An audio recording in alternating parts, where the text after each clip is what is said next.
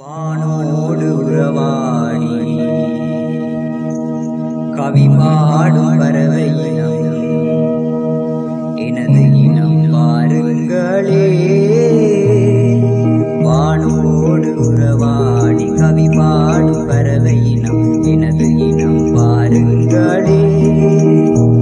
நான் விதைப்பதும் இல்லை அறுப்பதும் இல்லை களஞ்சியத்தில் சேர்ப்பதும் இல்லை களஞ்சியத்தில் சேர்ப்பதும் இல்லை. உலகெங்கும் ஓடோடி வாழ்வெல்லாம் போராடும் உங்களினம் பார்க்கின்றேனே. நான் கவலையிலே இருந்ததில்லை காணும் வரை உங்களையே நீக்கும் வழி கூறுகின்றேனே. வானோடு உறவாடி கவி பாடும் பறவை இனம் எனது இனம் பாருங்களே.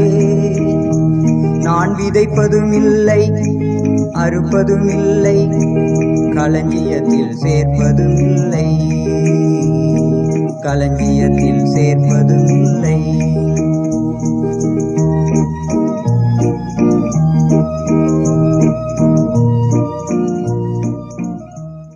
கர்த்தருக்குள் அன்பானவர்களே, அனுதினமும் கிறிஸ்துவுடன் தியான வேளைக்கு உங்களை அன்புடன் அழைக்கிறோம். இன்றைய தியானத்திற்கான வேத வாசிப்பு மத்தேயு 6ஆம் அதிகாரம் வசனங்கள் 25 முதல் 32 வரை. தியானத்தின் தலைப்பு கவலையா வேண்டாம்.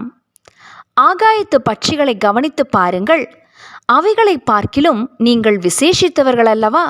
மத்தேயு 6ஆம் அதிகாரம் வசனம் 26.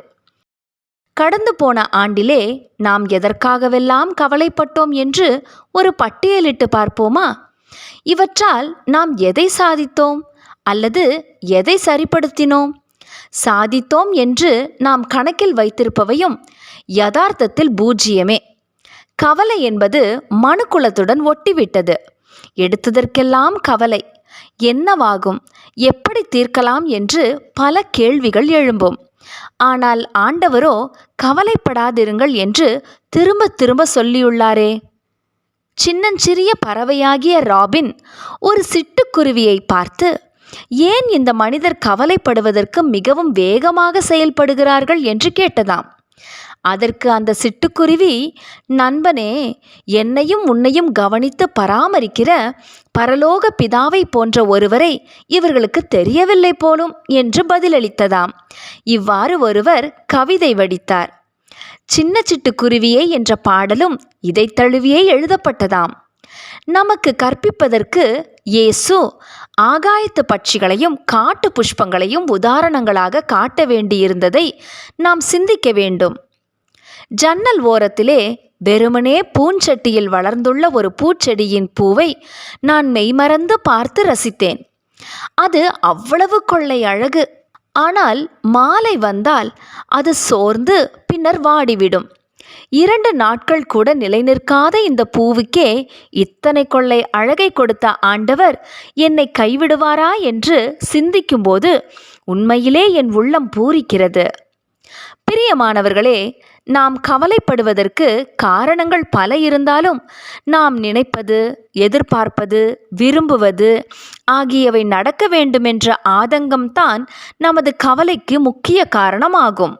இதனை ஊன்றி கவனித்தால் நமது வாழ்வில் கர்த்தருக்கு எந்த இடத்தை கொடுத்திருக்கிறோம் என்பது விளங்கும். விருப்பங்கள் தவறல்ல, ஆனால் நமது வாழ்வின் மையத்தில் நான் இருப்பதுதான் கவலைக்கு காரணம். அனுதினமும் நமது வாழ்வின் மையத்தில், நமது சிந்தனைகளின் மையக்கருவில் இயேசுவை வைத்துக்கொள்ள பழகுவோமானால் நாம் கவலைப்படுவதற்கு அவசியமே இல்லை என்பதை நம்மால் உணர முடியும்.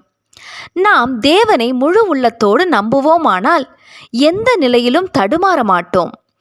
ஆகவே இந்த புதிய ஆண்டிலே ஆண்டவர் அருளிய சமாதானத்தில் வளர்ந்தோங்கும்படி ஒரு புதிய கண்ணோக்குடன், ஒரு புதிய மனநோக்குடன் முன் செல்வோம் ஆக.